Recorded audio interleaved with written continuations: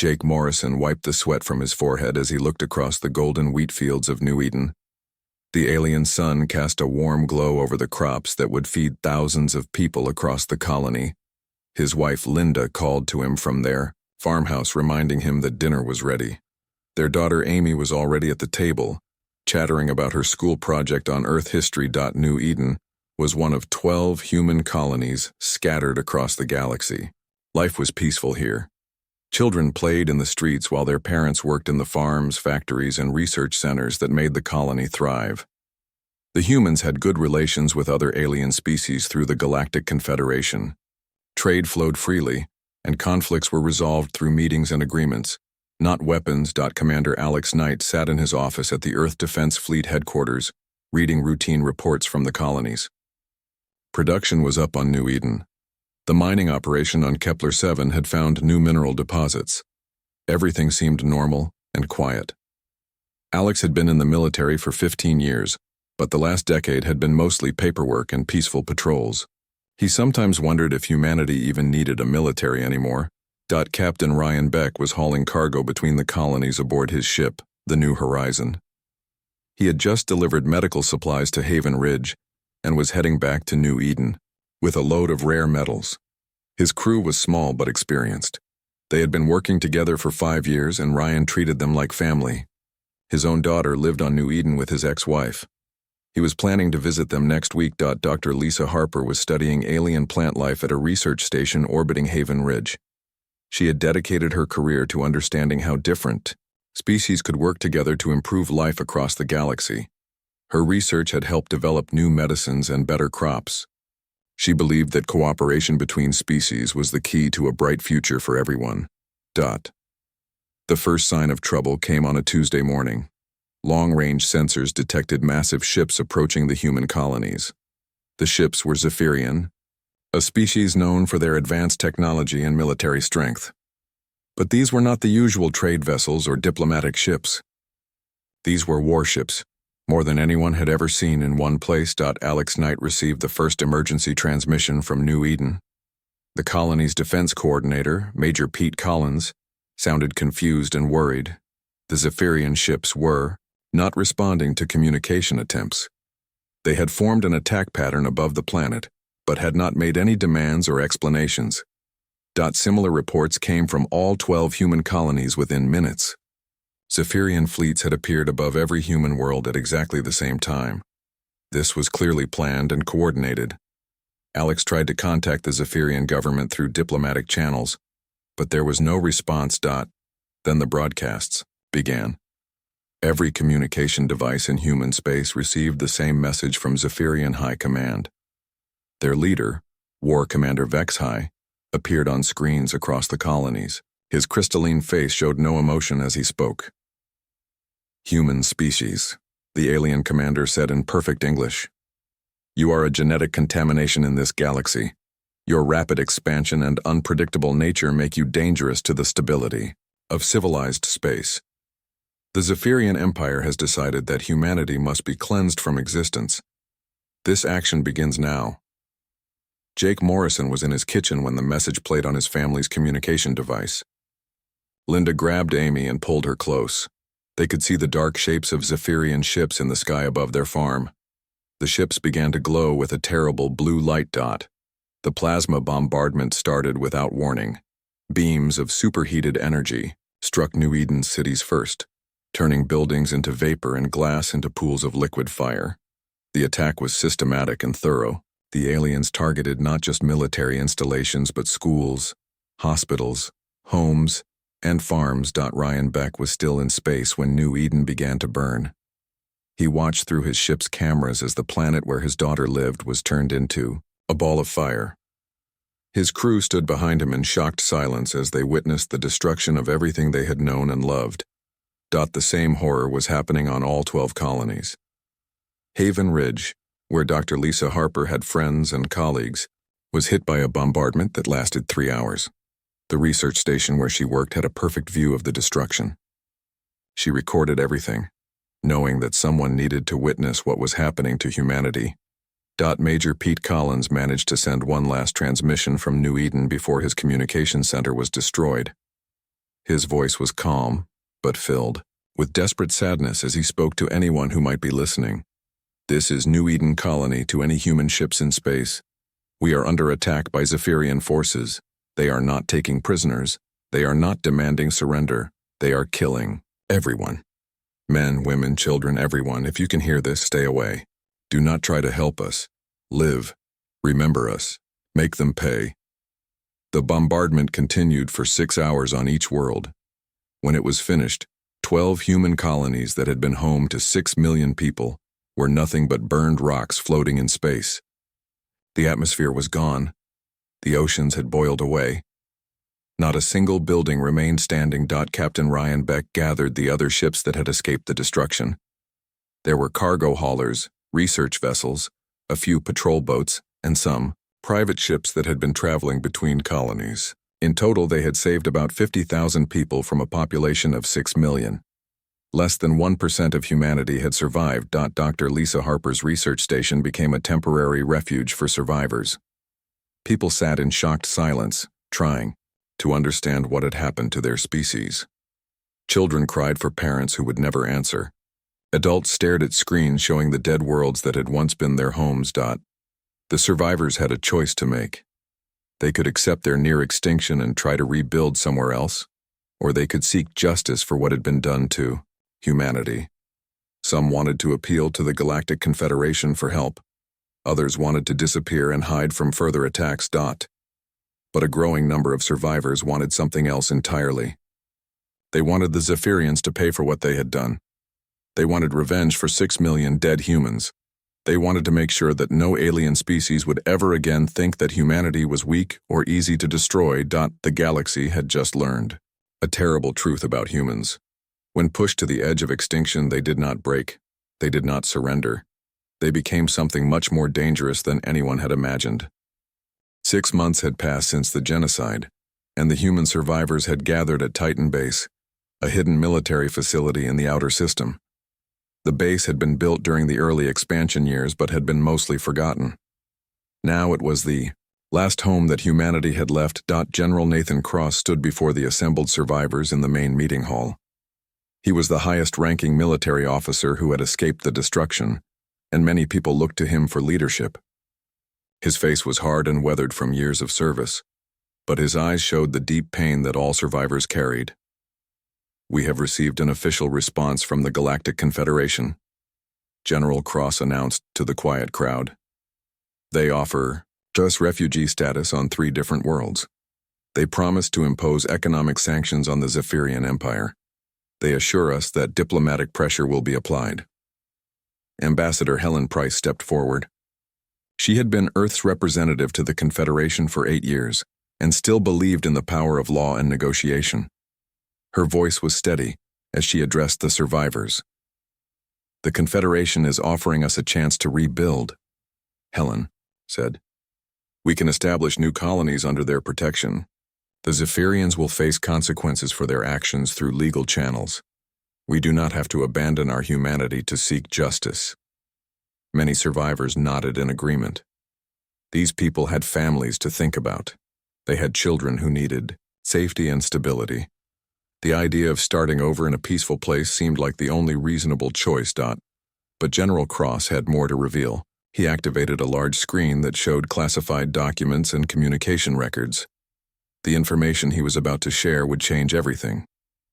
"I have spent the last 6 months investigating how the Zephyrians knew exactly where to find our colonies," Cross said. "Our worlds were supposed to be secret from most alien species. The attack was too coordinated, too precise. Someone helped them."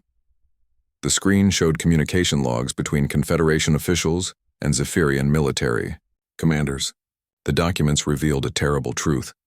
The Confederation had secretly provided the Zephyrians with the locations of all human colonies in exchange for exclusive mining rights to rare crystal deposits in Zephyrian space. The survivors sat in stunned silence as they read the evidence.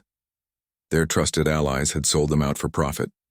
The organization that was now offering to protect them had been responsible for their near extinction. Ambassador Price stared at the documents in disbelief.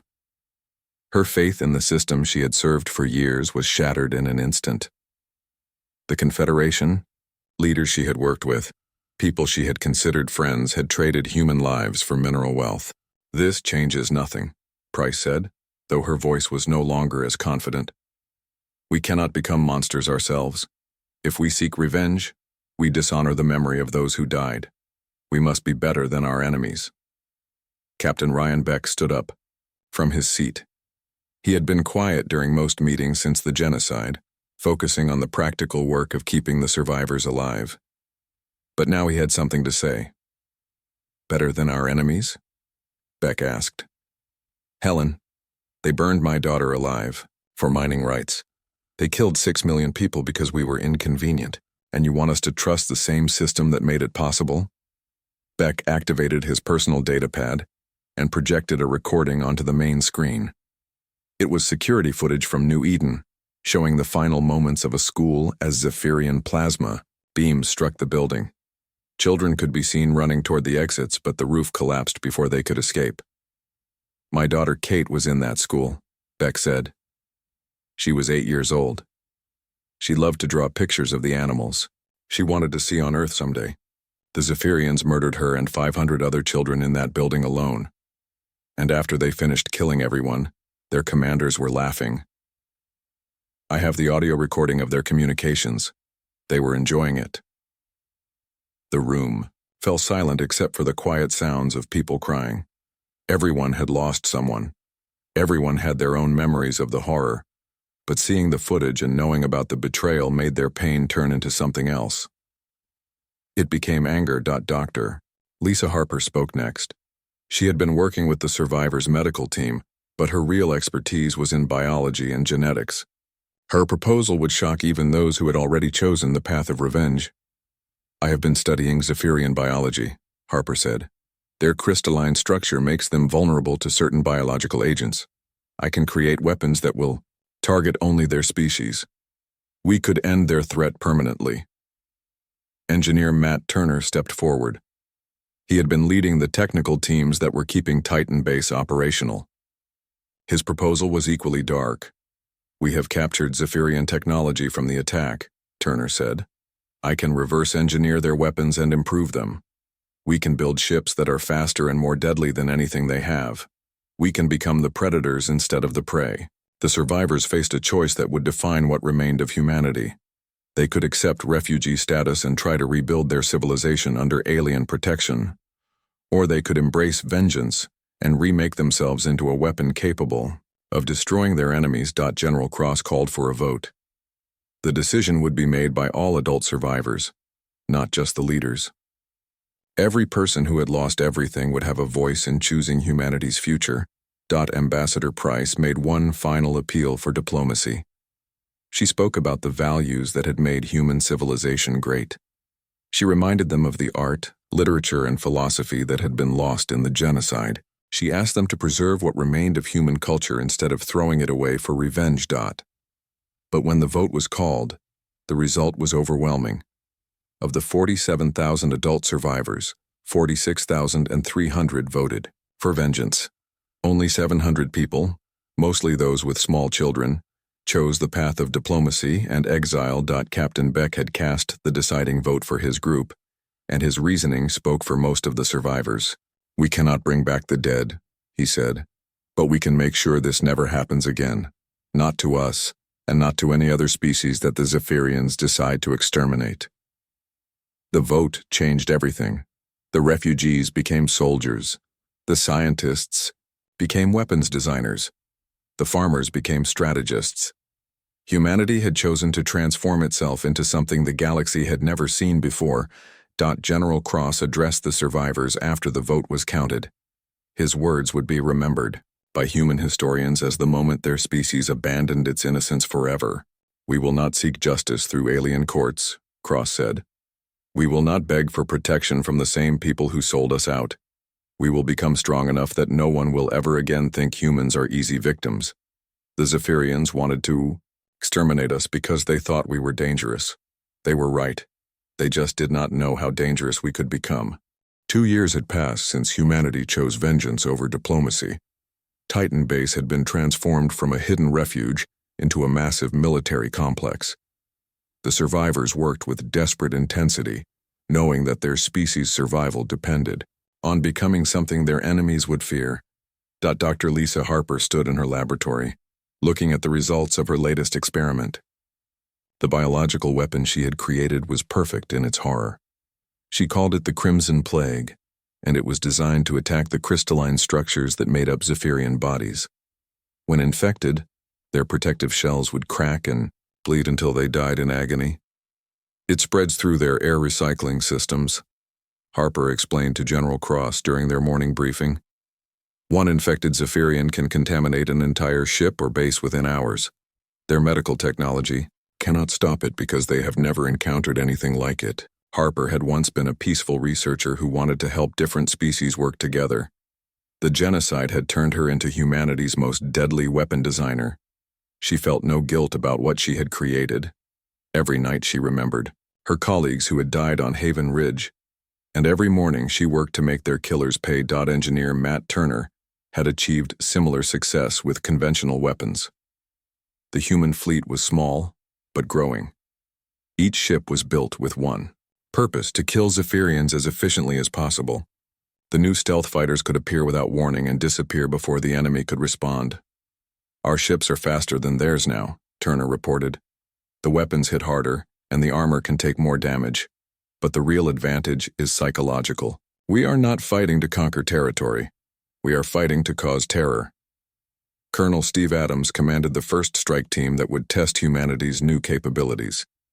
He had been a military police officer before the genocide, someone who believed in rules and proper conduct. Now he led 50 of the most ruthless soldiers that humanity had ever produced. Adams studied the target one more time before giving his team the final briefing. It was a remote Zephyrian mining facility in an asteroid field, staffed by about 300 aliens. The facility was not militarily important, but it would serve as the perfect place to send a message. Remember, we are not here to steal their resources or capture prisoners, Adams told his soldiers. We are here to make them afraid. Every Zephyrian who sees what we do here will know that humans are no longer victims. The attack began at midnight, ship time. Captain Kelly Wright piloted the lead fighter, using the new stealth technology to approach the facility without being detected.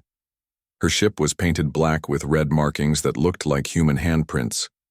The other fighters followed her in perfect formation. Wright had been a cargo pilot before the genocide. She had transported families between colonies and had watched children play in her ship's passenger compartment. The memory of those children's laughter made her steady as she targeted the facility's defense systems. The Zephyrian guards never saw the human ships coming. Wright's weapons destroyed their communication arrays and defensive turrets in the first 30 seconds. The aliens inside the facility suddenly found themselves trapped and cut off from help. Colonel Adams led the boarding party through the facility's airlocks. His soldiers moved with deadly precision, but they were not in a hurry. They had all night to complete their mission, and they wanted the Zephyrians to understand what was happening to them. The aliens tried to fight back, but their mining equipment was no match for human military weapons. Adams watched his soldiers work with cold satisfaction. These were not the same people who had lived peaceful lives on the colonies. The genocide had burned away their compassion and left only the desire for revenge. When the fighting was over, Adams ordered his team to arrange the bodies in specific patterns. The dead Zephyrians were positioned to spell out words in their own language. We remember New Eden. We remember Haven Ridge. We remember all of them. The strike team planted message devices throughout the facility before they left. When other Zephyrians found the site, they would hear recordings of human children singing songs they had learned in school. The same children who had been murdered. 2 years earlier, Captain Wright led the fighters back to their hidden base, but not before one final act.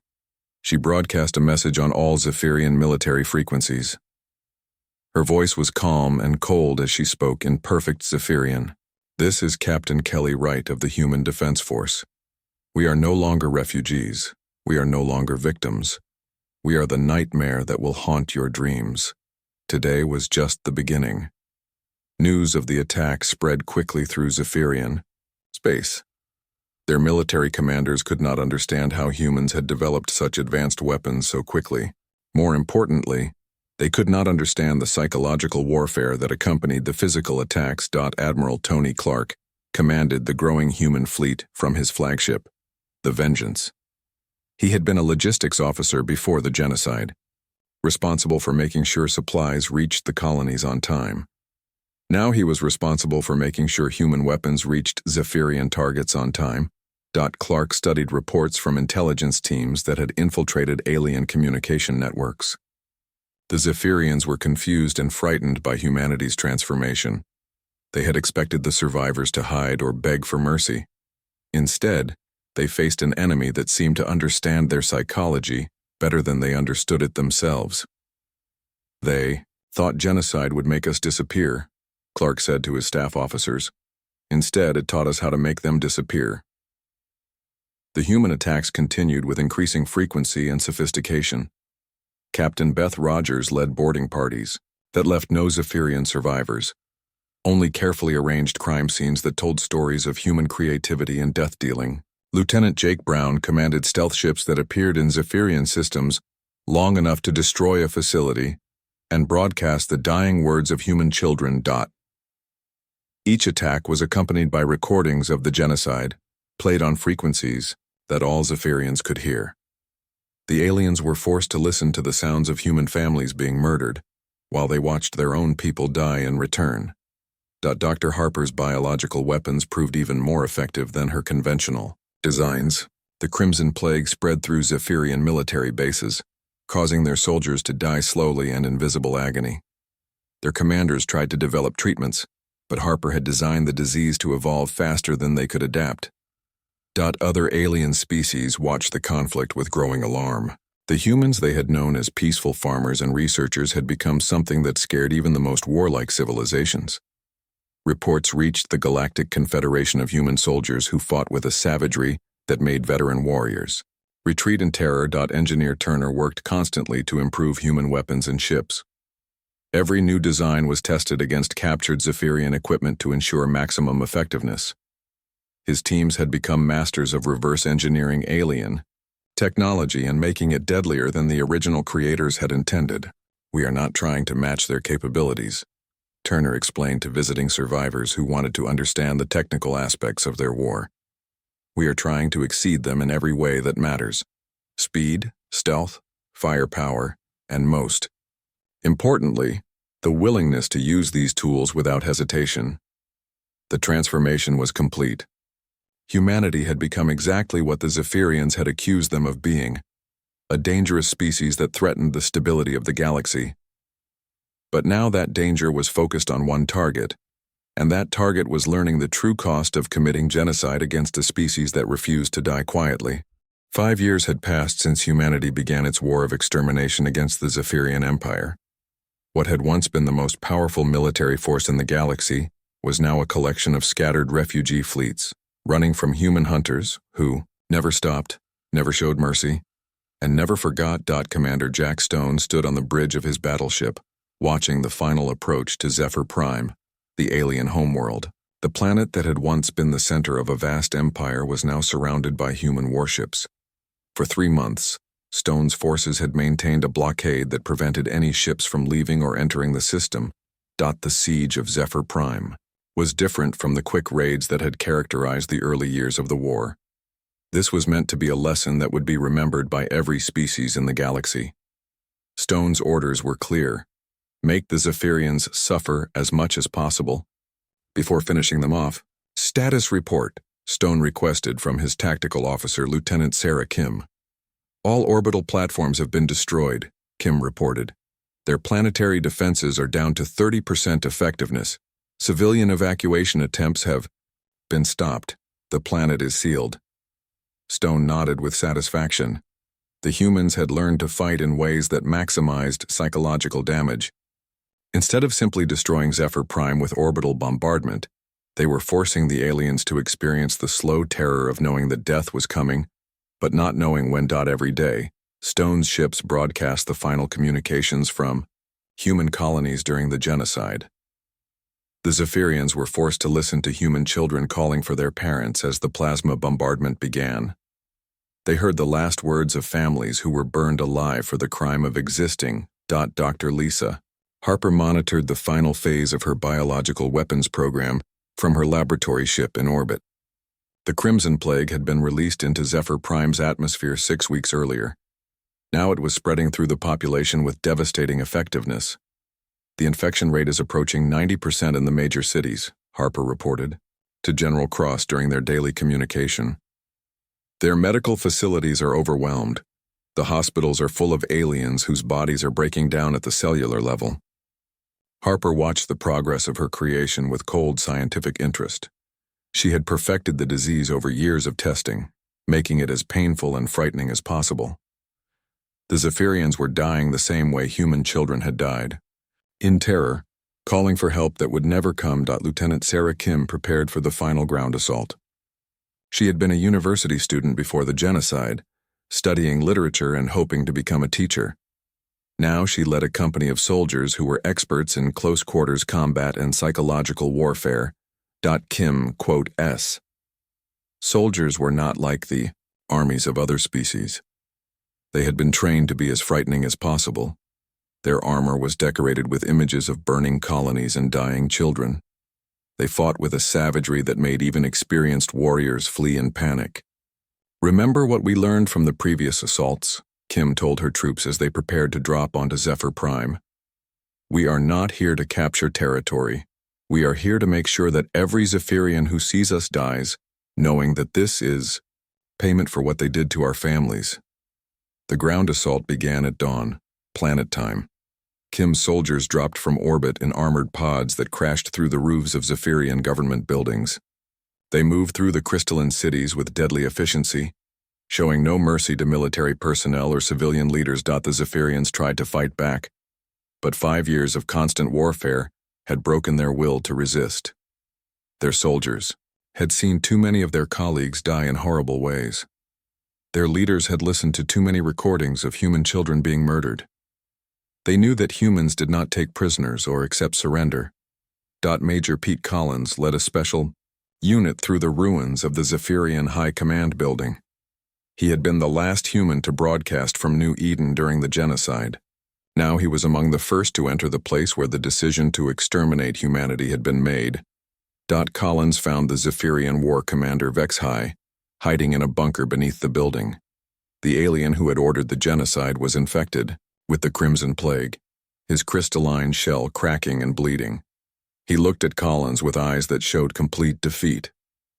"Please," Vexhai said in broken English. "Please, we surrender. We will leave this galaxy. We will never threaten humans again." Collins looked at the dying alien commander and felt no pity. He remembered the recording of Vexhai's original broadcast, the cold voice that had announced humanity's extermination like it was a routine administrative decision. "You should have thought about surrender before you burned our children," Collins said. He activated a recording device and played the sound of human families dying on New Eden. "Listen to what you did to us. Then you will understand why we cannot let you live." The final battle for Zephyr Prime lasted only 6 hours. The aliens had no effective resistance left. Kim's soldiers moved through their cities like a force of nature, unstoppable and terrifying. When they were finished, the Zephyrian species was extinct except for a few thousand individuals who had escaped in the early years of the war. General Cross received the final report from the surface while standing in his command center on Titan base. The base had grown into a massive military complex, but Cross still kept his original office where the survivors had voted for vengeance 5 years earlier. "Zephyr Prime is secure," Stone reported from orbit. "All major population centers have been cleared. The species that committed genocide against humanity no longer exists as a viable civilization." Cross felt a mixture of satisfaction and emptiness. He had achieved the impossible. Total victory over a superior enemy. Humanity had not only survived the genocide but had reversed it. The Zephyrians were now the extinct species. But Major Pete Collins asked the question that haunted all the survivors. After witnessing the final battle, After seeing what humans had become, he looked at his commander with troubled eyes. "General, what have we done?" Collins asked. "What have we become?" Cross stared at the tactical displays showing the dead Zephyrian homeworld. The planet that had once housed billions of aliens was now a graveyard. The species that had tried to exterminate humanity was extinct. The mission was complete. "We became what we needed to become," Cross answered. "We became the monsters that our children's murderers deserved to face." But even as he spoke the words, Cross wondered if the price of survival had been too high. They had saved humanity by destroying their own humanity. They had preserved their species by becoming something that would have horrified the people they used to be. Dr. Harper joined the conversation from her laboratory. She had been working on a special project, something she considered the final touch on their victory. "I have preserved genetic samples of the Zephyrian species," Harper announced. "They exist now only in my laboratory, as a reminder of what happens to civilizations that threaten human children." The war was over. Humanity had won. But the species that emerged victorious was not the same one that had lived peacefully on 12 colonies 6 years earlier. They had become something new. Something that the galaxy would fear for generations to come. 10 years had passed since the genocide that changed humanity forever. The species that had once lived peacefully on 12 colonies now ruled the galaxy through fear and overwhelming military power. The Zephyrian Empire was extinct, existing only in genetic samples that Dr. Lisa Harper kept in her secure laboratory as a reminder of what happened to humanity's enemies. Admiral Tony Clark commanded the most powerful fleet in galactic history from his flagship, Retribution. The massive warship was built from the ruins of Zephyr Prime, incorporating both human engineering and captured alien technology. Every species in the galaxy knew the ship's name and feared what it represented. Humanity's absolute dominance. Clark received daily reports from across human space, which now encompassed most of the known galaxy. Other species had learned to submit rather than resist. They paid tribute to humanity not out of respect or alliance, but from pure terror of what humans would do if they refused. "The Altarian delegation has arrived with this month's shipment of rare minerals," reported Captain Beth Rogers, Clark's chief of staff. "They are also requesting permission to establish a new colony in the Centauri sector." Clark reviewed the request with the same cold efficiency that characterized all human interactions with alien species. The Altarians had been allies of the Zephyrians during the genocide. Now they begged for permission to expand their own territory. "Approved," Clark decided, "but remind them that any colony they establish exists at our discretion. If they cause problems, we will remove them the same way we removed the Zephyrians." The Galactic Confederation had dissolved 5 years earlier, replaced by what humans called protection zones. Alien species were allowed to govern themselves as long as they followed human rules and provided whatever resources humanity demanded. Those who refused were eliminated quickly and completely. Captain Ryan Beck had returned to New Eden, which had been rebuilt as a monument to human determination. The colony was more beautiful than ever, with gleaming cities and vast farms that produced food for millions of people. Children played in parks built over the graves of Zephyrian soldiers, and schools taught the history of humanity's rise to galactic supremacy. Beck served as the colony's governor, overseeing the development of what had become the symbolic heart of human civilization. Every building contained memorials to the original colonists who had died in the genocide. Every street was named after a family that had been murdered by alien plasma bombardment. "The new memorial museum is ready for inspection," reported Mayor Linda Foster, who managed the colony's daily operations. "We have displays showing the complete history of our war against the Zephyrians, including recordings of their extinction." Beck walked through the museum with quiet satisfaction. Children from across human space would visit this place to learn about their species' transformation from victims to victors. They would see images of burning colonies and listen to the final words of murdered families. Most importantly, they would understand why humanity could never again show weakness to alien species. Colonel Steve Adams commanded the Department of Alien Affairs, the organization responsible for managing the surviving non-human populations. His methods were efficient but ruthless, designed to ensure that no species would ever again pose a threat to human interests. Adams reviewed intelligence reports from across the galaxy in his office on Earth, which had been transformed into humanity's military and administrative center. The planet's surface was covered with massive defense installations and training centers where human soldiers learned to be the most effective killers in galactic history. The Vraxian Trade Consortium is showing signs of independence, reported Agent Susan Wright, one of Adams' intelligence specialists. They have been holding private meetings without human observers. Their production quotas have also dropped by 15%. Adams made a note in his files. The Vraxians had been useful suppliers of industrial materials, but they were apparently forgetting their place in the new galactic order. A reminder would be necessary. Send the Vengeance Battle Group to their home system, Adams ordered. Not to attack, just to remind them what happens to species that forget their obligations to humanity. Dr. Lisa Harper continued her work in the expanded research facilities on Titan Base. Her laboratory contained genetic samples from dozens of extinct species, including several that had been eliminated after the Zephyrian War for various crimes. Against human interest, Harper had become the galaxy's expert on biological warfare, developing weapons that could target specific alien species while leaving humans unharmed. Her work ensured that any future threats to humanity could be dealt with quickly and permanently. I have completed the analysis of Keltorian biology, Harper reported to General Cross during their weekly meeting. If they become a problem, I can have a targeted pathogen ready within 6 months. Cross nodded approvingly. The Keltorians were a peaceful species that had never threatened humanity, but preparation was essential. Any species that grew too large or too independent might eventually become dangerous. It was better to have weapons ready before they were needed. Ambassador Helen Price, who had once argued for diplomacy and cooperation, now managed the refugee camps where surviving alien populations lived under constant human supervision. Her faith in negotiation and mutual understanding had died with the colonies, replaced by a cold pragmatism about the realities of galactic politics. The Andromedans are requesting additional food supplies for their settlement on Kepler 9, Price reported during the monthly administrative meeting. Their population has grown beyond our original projections. General Cross considered the request. The Andromedans were useful as a workforce for dangerous mining operations, but allowing their population to grow too large might create future security problems. Approved, but implement birth restrictions, Cross decided.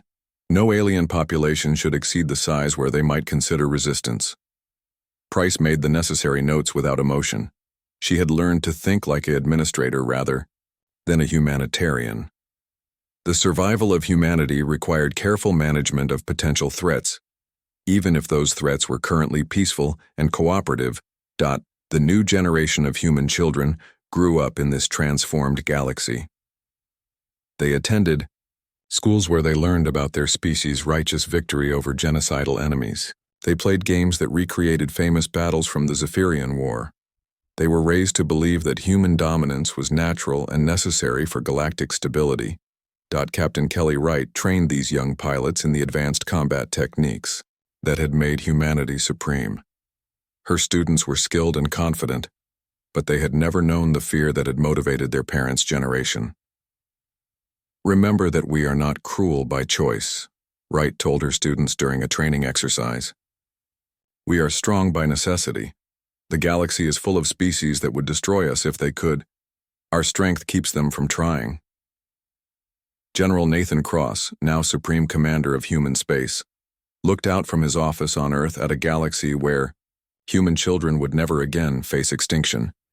He had succeeded in his mission to protect humanity, but sometimes wondered if the species he had saved was still worth protecting.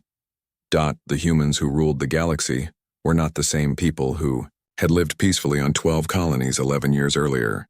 They were harder, colder, and infinitely more dangerous. They had become the monsters that their enemies had accused them of being, and they wore that transformation as a badge of honor. Young humans learned from birth that their species was superior to all others because they had proven it through victory. They were taught that mercy was weakness and that compromise led to extinction. They grew up believing that the only way to ensure peace was to make sure that everyone else was too afraid to fight. Cross received reports from across the galaxy showing the results of humanity's new philosophy. Trade flowed smoothly because alien merchants were afraid to cheat human customers. Disputes between species were resolved quickly because everyone knew that humans would intervene if conflicts disrupted stability. Crime rates had dropped dramatically because criminals understood that human justice was swift and final. The galaxy was more peaceful than it had ever been, but it was the peace of a prison yard where everyone knew who held the keys. Alien species went about their daily lives in constant awareness that their continued existence depended on human approval. "Sir," reported Major Pete Collins, now Cross's chief of staff, "we have received requests from 17 different species asking permission to name their new colonies after human heroes from the war." Cross approved the requests without enthusiasm. He understood that this was how conquered peoples showed their submission, but it reminded him of how far humanity had traveled from its original values. The species that had chosen vengeance over diplomacy 11 years earlier had achieved everything it had sought. Human children were safe. Human interests were protected. Human power was absolute and unquestioned. But late at night, when Cross looked at the stars from his office window, he sometimes wondered if the people they had become would have horrified the families who had died on New Eden.